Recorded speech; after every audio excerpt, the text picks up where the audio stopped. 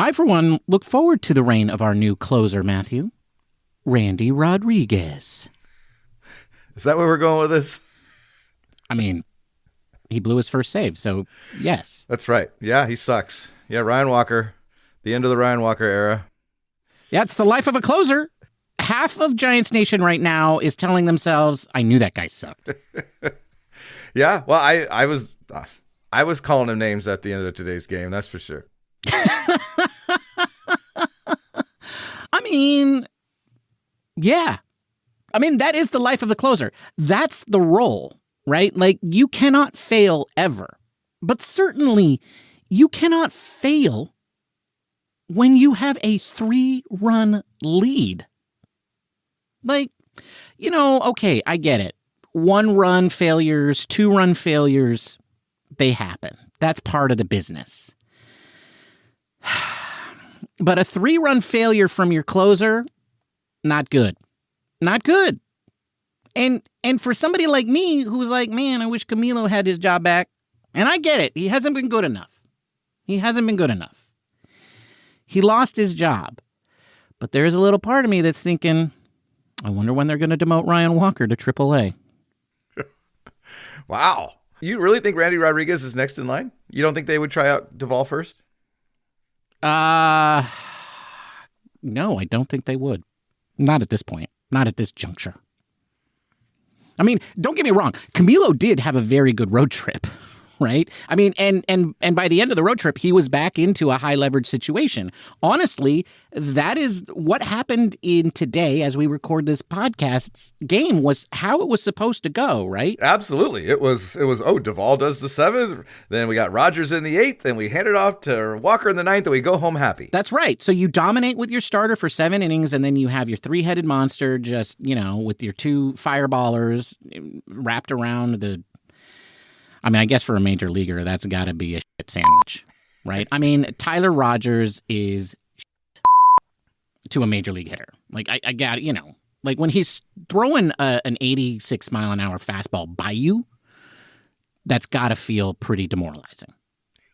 I'm just amazed that he keeps doing that. Like, I can't believe he has as many strikeouts as he does. But right. So, Tyler Rogers for closer, man. No, I don't know. We don't want that. Nobody wants that, Matthew. Nobody wants Tyler Rogers as the closer. Look. Here's the thing. Ryan Walker deserves to be the closer. These things happen. But at the same time, that was infuriating, man. That was infuriating. Like, that was the difference between a winning road trip and like feeling like world beaters to just being like, maybe they are just the 500 Giants again. Bob, what do you think?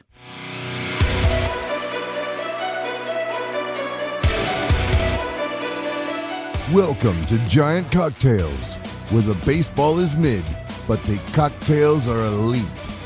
Here are your hosts, Ben and Matthew Henry.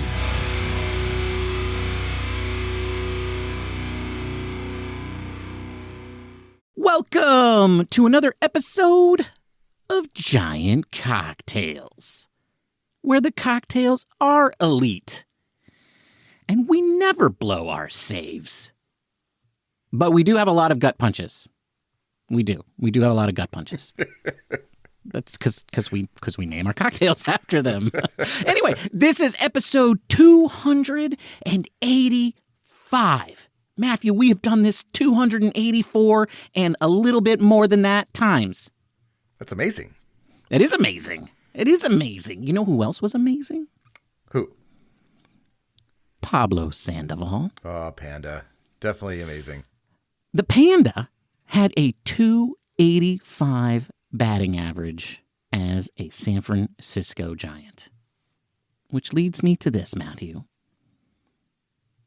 What is your favorite Pablo Sandoval memory? And you can only have one.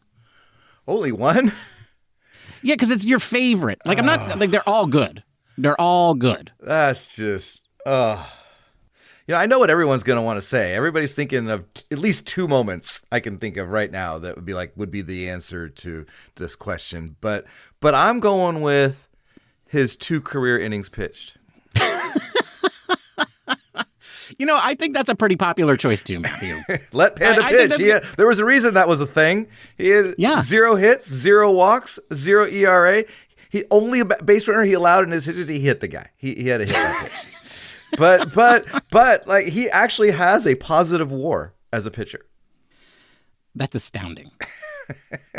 That's astounding. And you know what? That counts. That adds up. That adds to his lifetime B-WAR, right? It does. That one little, that point one. I mean, but I'm not surprised. Yeah. Okay. I'm not surprised. All right. Well, what is your favorite moment? Well, my favorite moment is the 3 home run game in Game 1 of the World Series in 2010. Sorry, 2012. Yeah. Well, one of us had to say that, so I'm glad you did. Yeah. Well, and the reason I like that one is because it was in front of the whole country. The Tigers were supposed to just annihilate the Giants. It was definitely supposed to be a sweep, right? It was, but it was supposed to be the other way around. But in one game, Pablo Sandoval just put that whole story on its head by hitting 3 home runs, including 2 of them off of the Tigers' ace. Some guy, I don't even know if he's still in baseball anymore, but yeah. And it just kind of like was, yep, this is the Giants, and this is how we do it with this guy. All right, well, the Panda. I think honorable mention goes to the last out of the 2014 World Series. Yeah, for sure, sure. The falling on his ass and then sticking his hands up. Yes. Well, I guess not into the air because he was on his back, but. But he was reacting the way we all were reacting at home. That's for sure. That's right. I was certainly on my back, screaming. I was jumping in the air. I think I pulled a hammy, actually. I think I pulled a hammy. Enough with the banter. Let's talk cocktails. Yes, right. Yes, of course, Bob. What are you drinking, Ben? Well, thank you for asking, Bob. That's very kind of you. Bob, today I am drinking a cocktail called Fruit Punch to the Nuts. And Bob, I named this cocktail after its ingredients, not after Ryan Walker's outing today. Sure. I will explain to you what those ingredients are at the end of the show. What are you drinking, Matthew? Bob, I'm drinking a cocktail that actually I thought of after the end of today's game. And let's just say it ends with a very bitter component. And that's how I was feeling at the end of today's game. So I'll tell you more about it at the end of today's episode. Matthew, did you find a way to put a blown save into a cocktail? I think I might. I used your favorite liqueur. Oh, right. Oh, yeah. Yeah, that does kind of taste like a blown save. It does. Anyway, today is Sunday, April 20th. 420 YOLO. As we record this podcast, your San Francisco Giants went... Wait, what? Oh, man, really? Yeah. Your San Francisco Giants went 1-3 since our last episode. Because I forgot that they also lost a game. They had a Pyrrhic victory. God, I hate Pyrrhic victories. They're so lame because they're not victories. In Philadelphia to finish up that series and go 2-2, meaning they split that series instead of beating the Phillies at home. That would have been the first time that the Phillies had lost since last July at home in a series.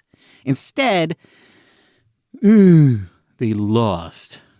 Yeah. Then they went 1-2 against the Anaheim Angels of Anaheim in a series that really felt like they should have won 3-0. It was I'm not, the last 4 days haven't been good, Matthew. They haven't been good. No, they have not. And I'm with you. That's why I'm drinking my bitter drink. Well, yeah. I guess that's why Bob says that the baseball is mid. I mean, it was almost not mid, Bob. I got to say. It was almost not mid. But we got to talk about it because that's what we do on the show. We talk about the San Francisco Giants, whether they are good bad or mid? And we're going to do that today. We're going to break down the Angels series, the last series of this epically long road trip. And then, and I know, because that's going to leave a bad taste in our mouth, what we're going to do is we're going to take a step back, we're going to take a deep breath, and we're going to look at the big picture. Because, Matthew, did you know that this road trip was the longest road trip that the Giants will have all season? Thank God. I didn't know that, but thank God. Yeah. They have one more 3-city road trip, but it does not involve any 4-game series, and it has an off day in the middle of it. So that comes later this year when they go to Washington, then Detroit, then Miami. But, Matthew. Yeah? Something monumental is happening today. What's Actually, that? I don't know. I think this might be the first time that we don't talk about Wilmer Flores.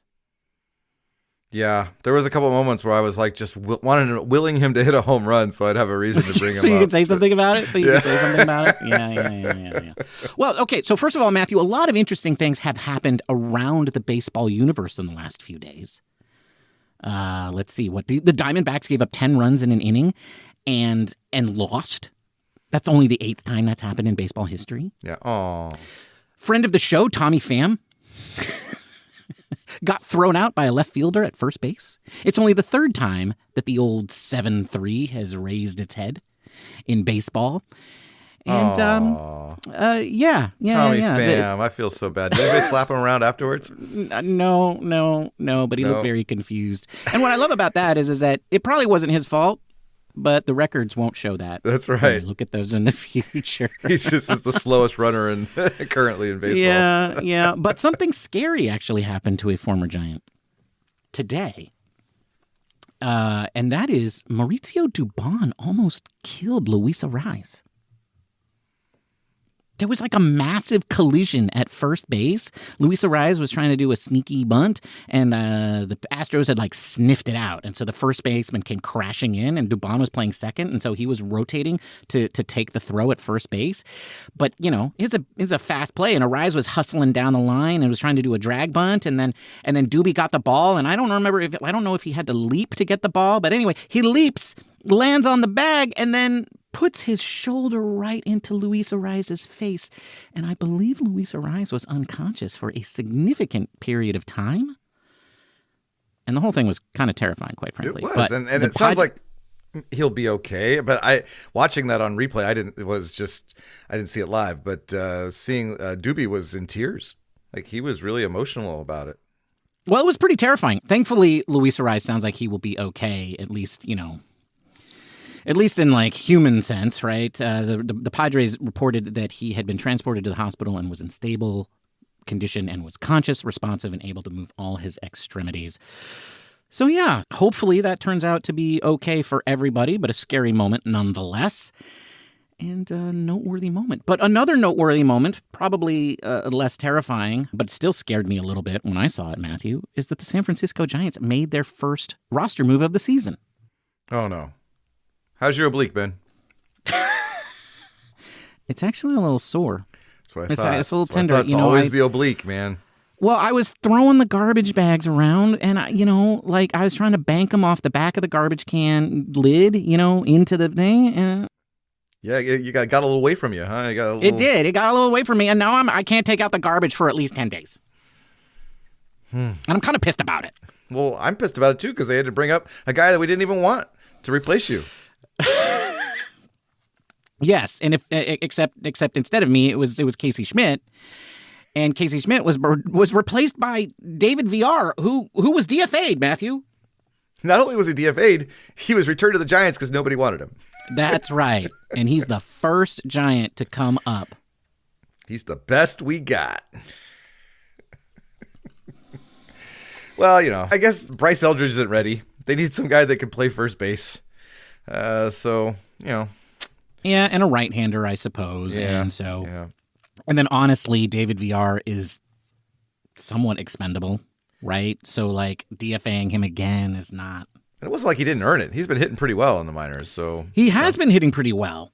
I had all of his stats written down, but then I realized I wrote them down incorrectly. The only one that I remember, Matthew, is that his batting average while he was down there, and I know that's not the best stat, but it's the one I remember, was 368. I always remember that he had walked a ton and not struck out at all. So he was hitting pretty well. Well, and then he came up today and got a hit. So, he's... He did, and he was going to be one of the heroes. He was. He was going to be one of the heroes. And I suppose that means it's time for us to move on and talk about the Angels series. A series, Matthew, that I believe they should have won 3-0. Right? Because in game 1, Logan Webb was an absolute stud. Yeah. Career high in strikeouts. Yeah, he was blowing by people. It was great. Yeah.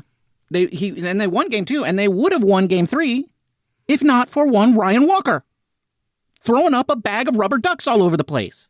Oh, you haven't used the rubber ducks analogy in a while, man. Since game 3 of last year, I believe. Yeah, that's the last time I used the rubber ducks. It's an early season analogy. I do not like bad performances from a single player that costs you a game.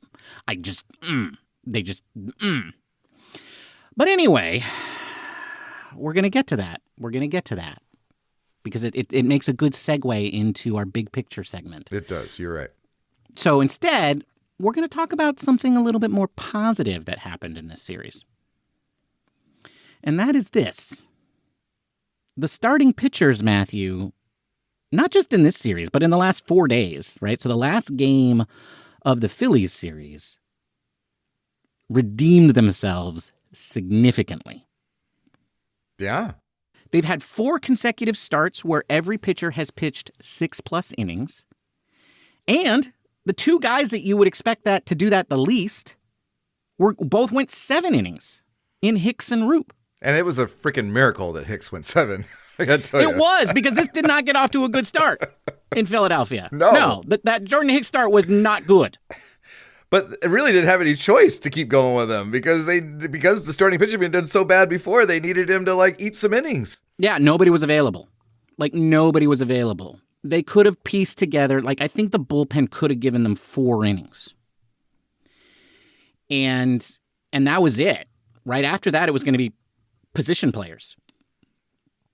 After that, it was going to be Christian Koss. Christian Koss throwing as many innings as he needed to finish the game. That's what would have happened if Jordan Hicks had come out before the 5th inning. But don't you need to be down by 8 for the position player to pitch? Yeah, I think they would have gotten there, Matthew. Oh, okay. All right. You're just assuming. I think they would have left. They would have probably left. No, they probably would have gone to the bullpen. And then whoever was in there last would have stayed in there until he gave up enough runs for Koss to qualify. And then Koss would have come in. Yeah, okay. And he would have finished the game. Yeah, I feel very confident that that's what would have happened. Yeah. But luckily, that's not what happened. Jordan Hicks pitched 2 different dudes on Thursday. And you know what was really interesting to me about that outing was that at least 2 of the announcers said they wondered if he was tipping his pitches. Yeah. FP Santangelo and Javi Lopez both brought that up during the inning. And the only reason we know that is because I was listening to the radio broadcast while you were watching TV, and I at first I thought it was Javi Lopez on the radio, and I hadn't caught that it was FP. But then FP basically said, he says, in his last start against the Yankees only swung at 7 fastballs for Jordan Hicks. And so he was wondering if between the Yankees and the Phillies that somehow they'd figured out that he was tipping his pitches. And then I texted that to you, and you said that Javi Lopez has said the same thing, huh? That's right. And so, but then we went and tried to research this, and it looks like no reporter asked that question. Our boy Pavlovich didn't ask. Maria Guardado didn't ask. Susan Slusser didn't ask. Yeah. And you know what the problem is? Baggerly. He's off writing a book or something. That's right. Baggerly. So he wasn't there to ask. So, Bags would have gotten the information. But I will tell you this. The other thing that was really interesting is that he didn't really let too many guys get on base after that. or when they did, they got erased very quickly. So I wondered if maybe the situation, whatever was happening, was an issue when he was throwing out of the stretch. Maybe he's tipping his pitches when he's throwing out of the stretch, or maybe he's just bad when he's throwing out of the stretch, right? And so, I think he pitches out of the stretch all the time because he's a reliever turned starter. I think he does. That's a good point. That's the problem with reading only baseball stats and not actually watching the game, Matthew. Because the stats don't say he was pitching out of the stretch or using his. I want to say that because I think I noticed that was interesting in one of his starts, but I could be wrong. But I think he does pitch out of the stretch the whole time. Well, either way, nobody knows. And ChatGPT did tell me that it thought that his slider was more effective. But I know that ChatGPT doesn't have eyeballs, so I doubt its analysis. But perhaps it was correct. But anyway, the point is, he did rally, and he ended up pitching 7 innings, which was kind of insane and was kind of a heroic effort. And the Giants did come a little bit of the way back. They made it interesting, yeah. They made it interesting. Eric Miller then let them make it less interesting. And, yeah. Side note, did you know that Eric Miller only pitched twice on this road trip?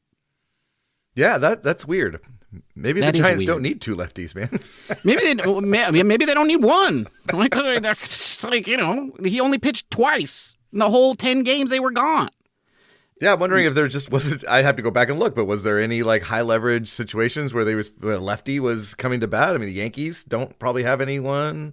I think Harper and Schwarber back to back was probably the biggest thing that they would have faced, and he did face that twice, I believe. Yeah.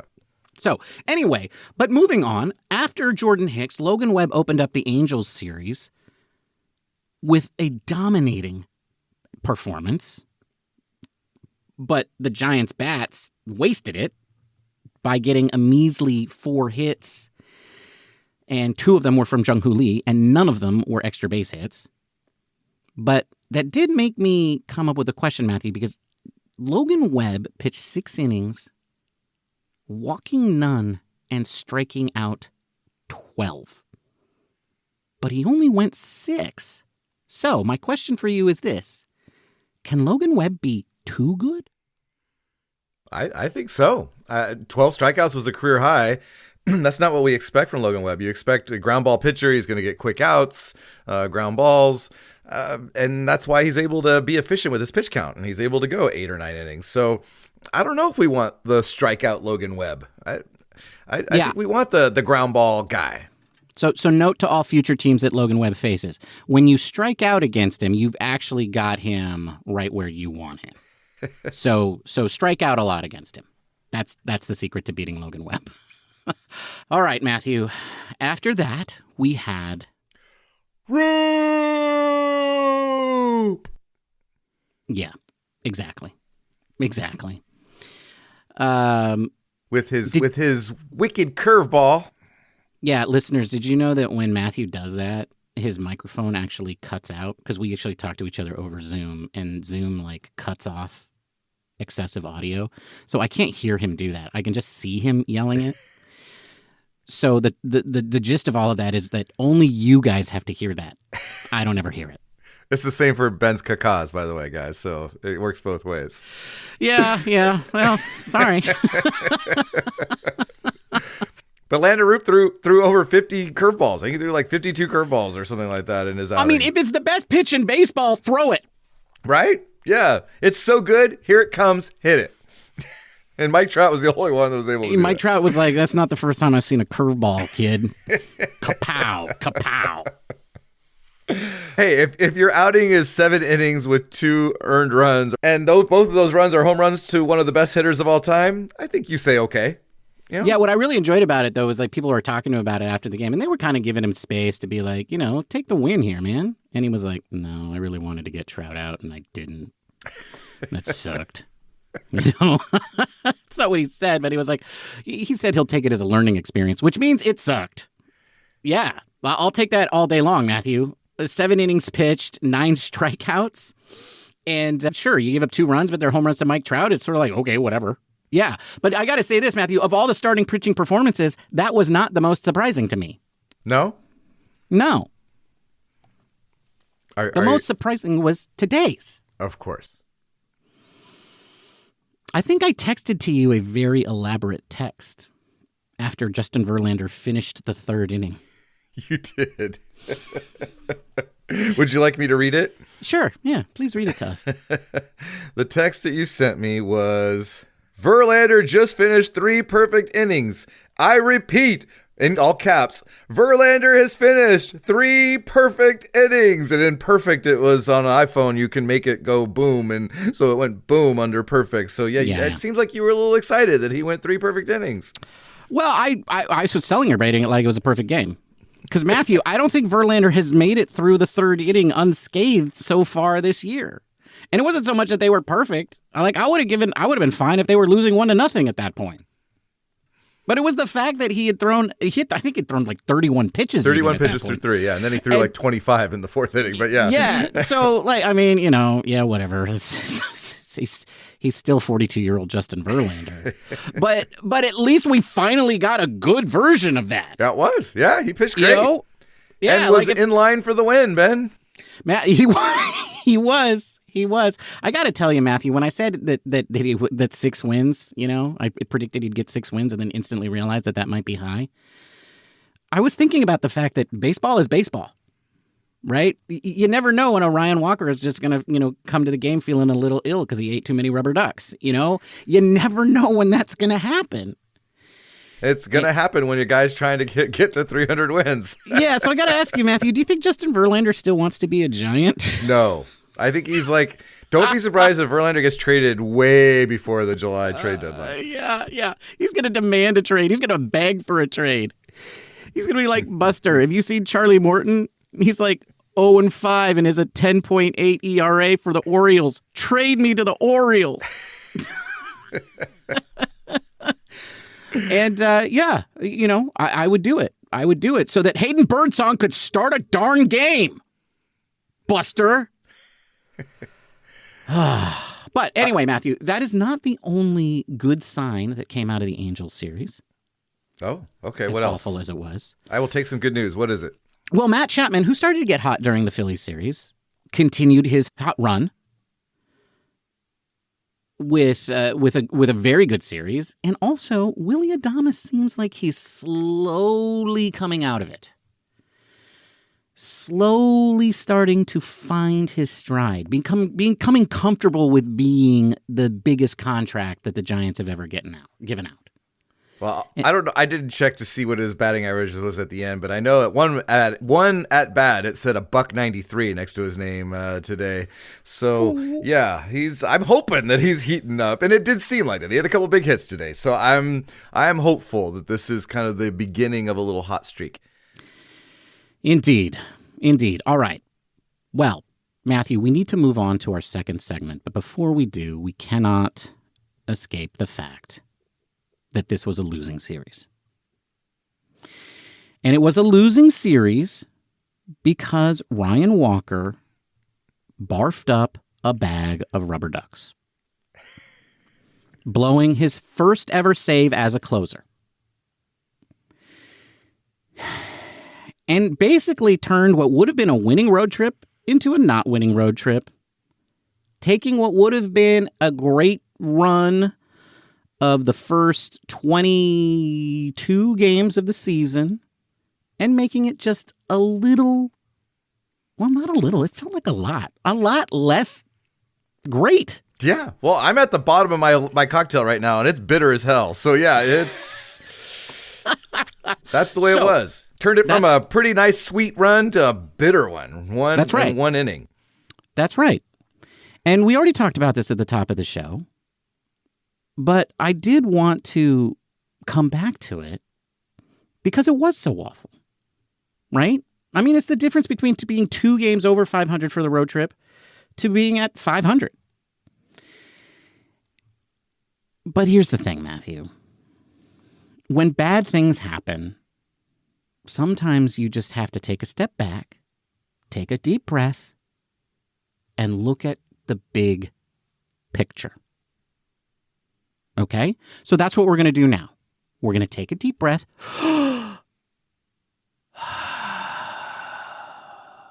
We're we're going to let it out. And we're going to look at the big picture.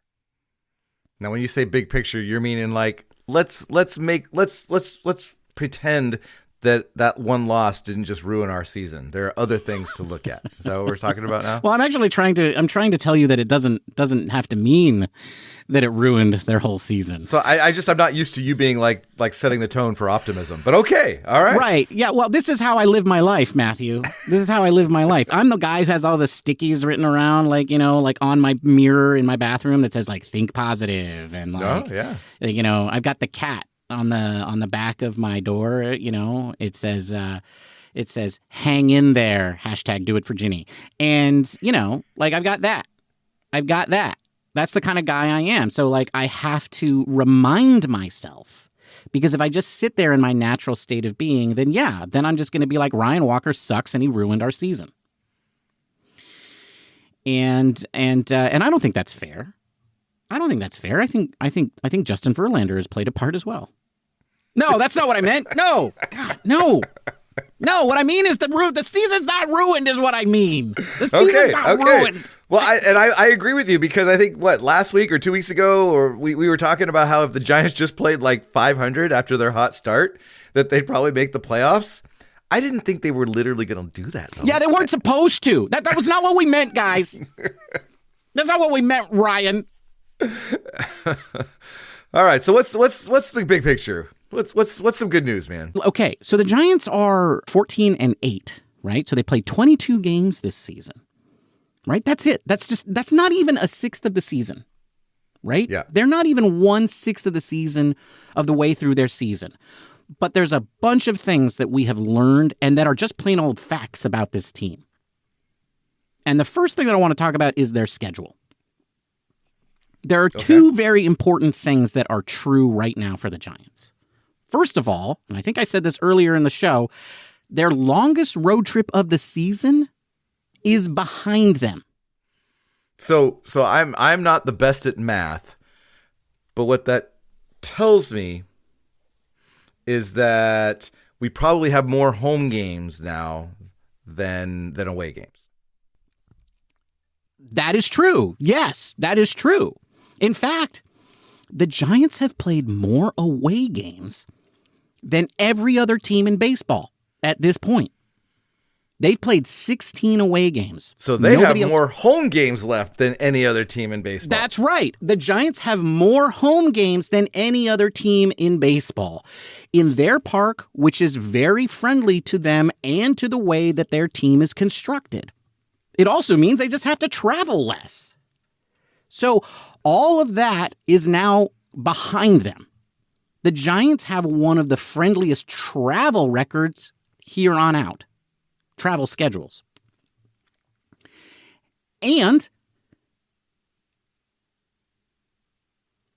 so that's the first thing, Matthew. The other thing is that we've learned that this team has a lot of strengths.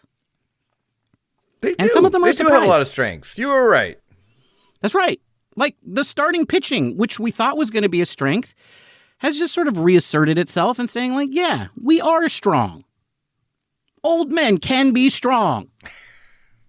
Amen. As an old man trying to maintain his strength, amen. That's right. That's right. But also, we have a really good bullpen that's probably even better than we thought it was. Because one of the best relievers in baseball is a guy named Randy Rodriguez. Your next closer. That's right. That's right. He hasn't barfed up a bag of rubber ducks yet. That's right. That's right. That's right. Because he doesn't eat rubber ducks. That's the secret. That's the secret. That is the secret. Yes. Yeah. Certainly don't eat a bag of them all at once. That's ridiculous. But also, I mean, Jung-Hoo Lee, look, we all knew that he was going to be good, but I don't think anybody knew he was going to be this good. I knew he was going to be this good. Yeah. You know what? I think a lot of Giants fans did. Man, people weren't showing up to the stadium in flaming heads just because they thought he was going to be mediocre, man. That's true. That's true. Okay, you know what? Jung-Hoo Lee is as good as all of us fans knew he was going to be. But maybe the rest of baseball didn't know. Maybe that's right. The rest of baseball didn't know. But that's good because it's true. Okay, here's another vote for old men, Matthew. Wait. Before you do that, though, I do want to say real quickly, Jung-Hoo Lee's like baseball IQ is so impressive to watch. I mean, today he got a base hit on a bunt to third base that just went past third base. Like, because the shift was so pronounced that he's like, oh, you're going to do that? Okay. And then the next time up, Ben, the shift wasn't as dramatic. Right. It's like, if you're going to be that way, I'm going to take advantage of it instantly. Don't do that, because I will take it, because that's part of my game. Yeah. Right. The fact that they were even shifting on him was like weird because usually he sprays it all over. You think they would play him straight up. I don't know what they were doing. It was stupid. And he took advantage of it. That's why they should have swept those guys. They're stupid. But anyway, old men, Matthew. What about old guys? Well, they're good at baseball. If their names are Mike and Wilmer. Yeah. I'll take it. Yeah. But, the young guys are also good at baseball. And a lot of people were like, I'm not sure if these young guys are as good as everybody says they are. Right? That's what people said about Elliot Ramos and Tyler Fitzgerald. They're not really that good. That guy, he swings too much. That other guy, he's lucky. The Weenus says neither of these guys are as good as they should be. Yeah, the Giants fired the guy that handles the Weenus. So I think they're... That's true. But he's also the same guy that called these guys up and signed them and all of that. Yeah, so, there's that. Right. So yeah. I mean, Elliot Ramos and Tyler Fitzgerald both had downturns during this season, this young season so far, but they've also both demonstrated that they can do the things that we expect them to. And that's a good sign. It means that talent is still there. It wasn't a flash in the pan. But that being said, Matthew, when you're looking at the big picture, you do also have to take into account the things that might be problematic. No, you don't. You don't yes, have to you do. We don't. We could just talk about the positives and hope that those come through. Okay. But we're not going to do that because we're going to talk about our weaknesses. All right now, fine, Matthew. Fine. What are the weaknesses, Ben? Well, if our rotation does have weaknesses, they're in very inconvenient locations. Okay. Yes, that's true. That is true. Because it looks like our biggest weaknesses in the rotation might be Robbie Ray and Justin Verlander. Yeah, and everybody needs it to be Hicks and Roop. That's right. That's what everybody wants it to be, right? Because it's easy. It's easy to replace Hicks and Roop. Put Hicks in the bullpen. Landon Roop, of course he wasn't going to pan out. He's a rookie. Have Hayden Birdsong take his spot. Blah, blah, blah. But no, it's the two former Cy Young Award winners. Those are the guys that you're going to have to make the tough decision about. And I have a feeling that this regime will resist doing that. Yeah, well, that's why they pay Buster the big bucks. Buster wanted to come and be the Grand Poobah, and now he's got to make those decisions. And Roop's not a rookie. Well, not a rookie, by the way. But tomato, whatever. Close enough. And then the last weakness that I want to talk about, Matthew, is their position player depth. Yeah. Okay. Huff and Koss went missing this past week, and then they both resurfaced, and I kind of wish that they had stayed in the Lego section at FAO Schwartz. What do you mean? Huff hit a home run today that almost won the game. Yeah, he did. But, about time. And that's literally the reason he's here. Yeah, well, I got to say, the at-bat before that home run, he led off the inning right after Verlander went through 30 pitches or 35 pitches. I mean, he threw a lot. And so the announcers on the radio were like, yeah, this would be a good time for the Giants to string out, some at-bats to give Verlander a chance to recover in the dugout. And then Huff goes down on 3 pitches. Just like a good catcher should.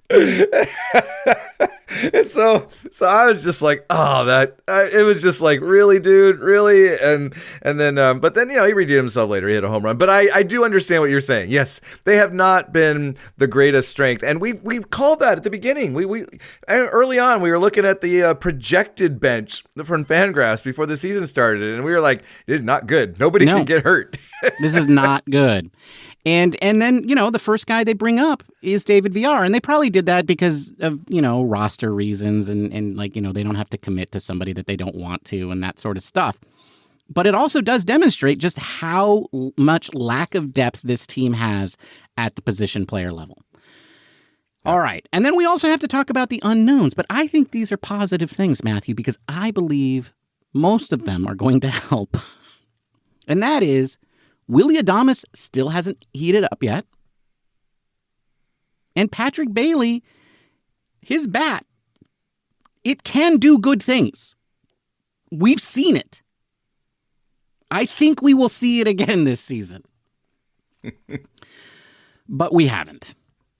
And then finally, the last unknown, which unfortunately I think, if it goes to the wrong places, could hurt this team a lot, and that is injuries. But overall, I think the big picture, Matthew, is very good for the San Francisco Giants.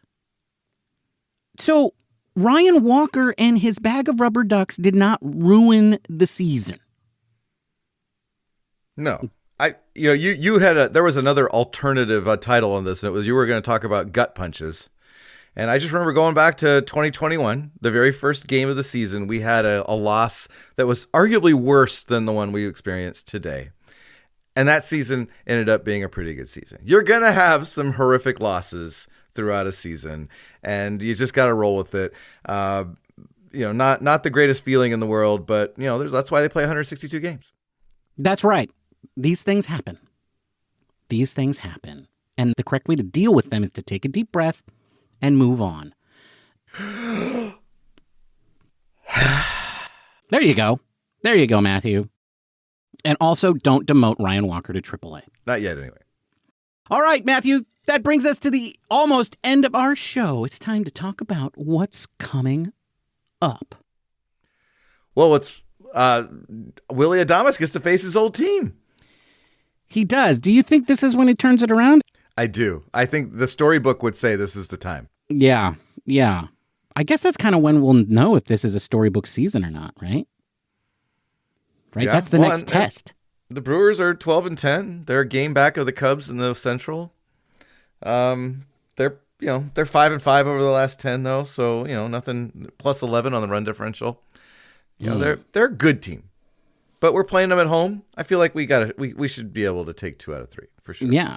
Well, no, not 2 out of 3. It's another 4-game set. Oh, another 4. Yeah, remember they got 17 games until they got their next day off. There's still 7 games to go. Oh man! All right, I always hate predicting a 3-game to 1 series because that's hard. It's hard to win. It's probably going to be 2-2. I mean, it probably is. Yeah, it's probably going to be. Well, I mean, we should just expect 500 for the rest of the season. Right? We should, and that will get us to. I'm going to have to redo the math. Do that math, Bob. Do the math. I can't do that math. Bob, do the math. Tell us at the end of the. I don't get paid enough for this. I'll let you have the last of my fruit punch to the nuts. That would be no. Okay, fine. I'll do the math. Isn't it time for the booze, boys? Oh, that you'll do. That's what he gets paid for. Yeah. What are you drinking, Ben? You can't even, can you literally not say anything else? This episode is running long because Ben can't shut up. All right. Okay, anyway, what am I drinking? Well, thank you for asking, Bob. That's very nice of you. Bob, today I am drinking a fruit punch to the nuts.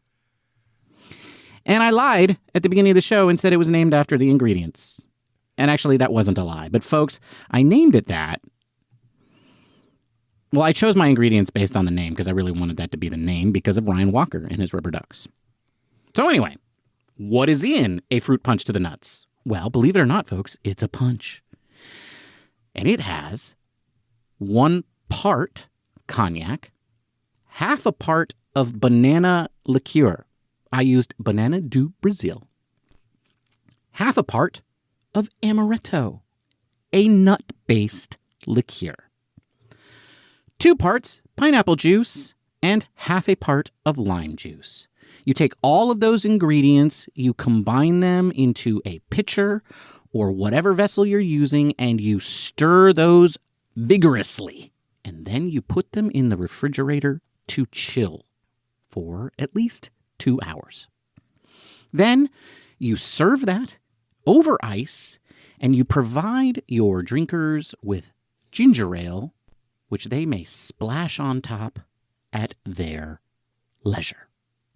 And that, Bob, is how you make fruit punch to the nuts. Swift kick in the nuts. I like it.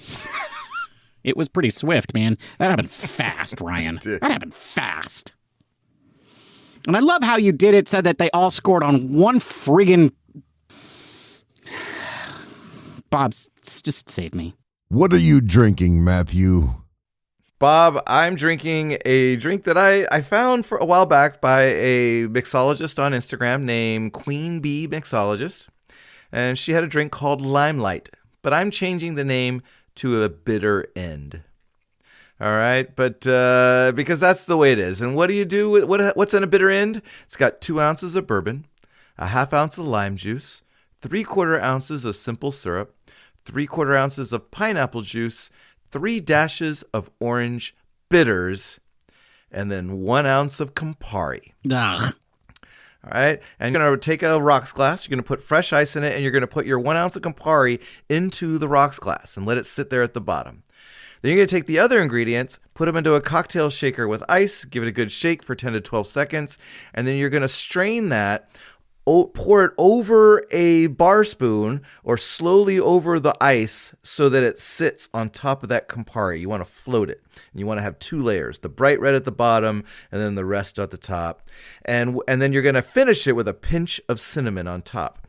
And what you get is this lovely sweet drink. You're like, wow, this is amazing. I really love this. And then as you sip it and you're experiencing it, it's great. And then bam, it's just the bitterness hits you like a ton of bricks. The rubber ducks just come falling out. They do. They just come pouring out. They do.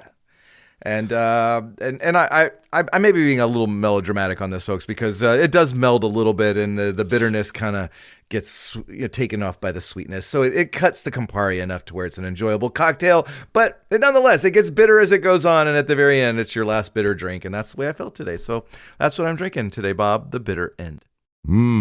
That's a tasty cocktail. It actually is.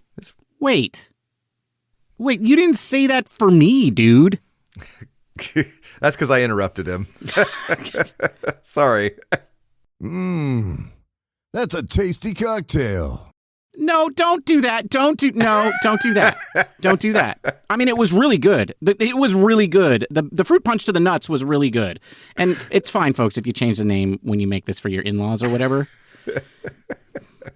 But don't let Bob's rudeness make you think that this wasn't a good cocktail. And that's a wrap, folks. Thank you for joining us. We'll be back on Thursday with more Giants content. But if you can't wait that long to get your fix, feel free to reach out to us on the social medias.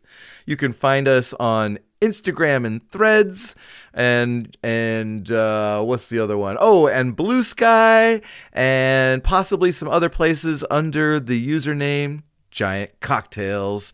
You can also to listen to us on YouTube. So run on over there if you like and subscribe and comment there at your pleasure. But most importantly, please be sure to leave us a positive review, a 5-star positive review at your podcasting platform of choice, preferably Apple Podcasts or Spotify. Ben, it was great talking Giants with you. Until next time, cheers, my friend. Cheers, Matthew. Bye, everybody. Goodbye. Thank you for listening to the Giant Cocktails Podcast.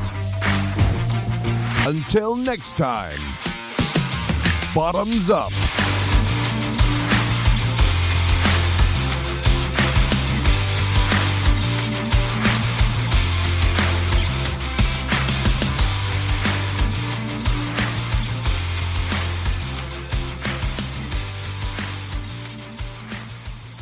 Swift kick to the nuts. Gonna be a classic. Yeah, no, is that the name of the show? Is the name of the title of the show? Swift kick to the nuts. Okay. That's not the name of the cocktail. What was it called again? No, fruit punch to the nuts. Oh, fruit punch to the nuts. Not a swift kick to the nuts. Okay. Yeah, it's like fruit punch and then punch to the nuts. I get it. Yes, that makes sense to me now. Yeah, but it just, yeah. I just feel like to me, it felt like a swift kick. It was a swift kick. But I was trying to play with all of the fruity flavors that I was putting into this, with the banana and the pineapple and the cognac, which is made out of grapes. That's the fruit. And then I wanted it to be a punch because it was in honor of Ryan Walker. This is a Ryan Walker inspired cocktail. And so then I was like, yeah, Ryan just punched us all in the nuts today. And including himself, which is weird. Like, nobody feels weird, but he's punching himself in the nuts, I'm sure. Yeah, don't do that. Don't do that.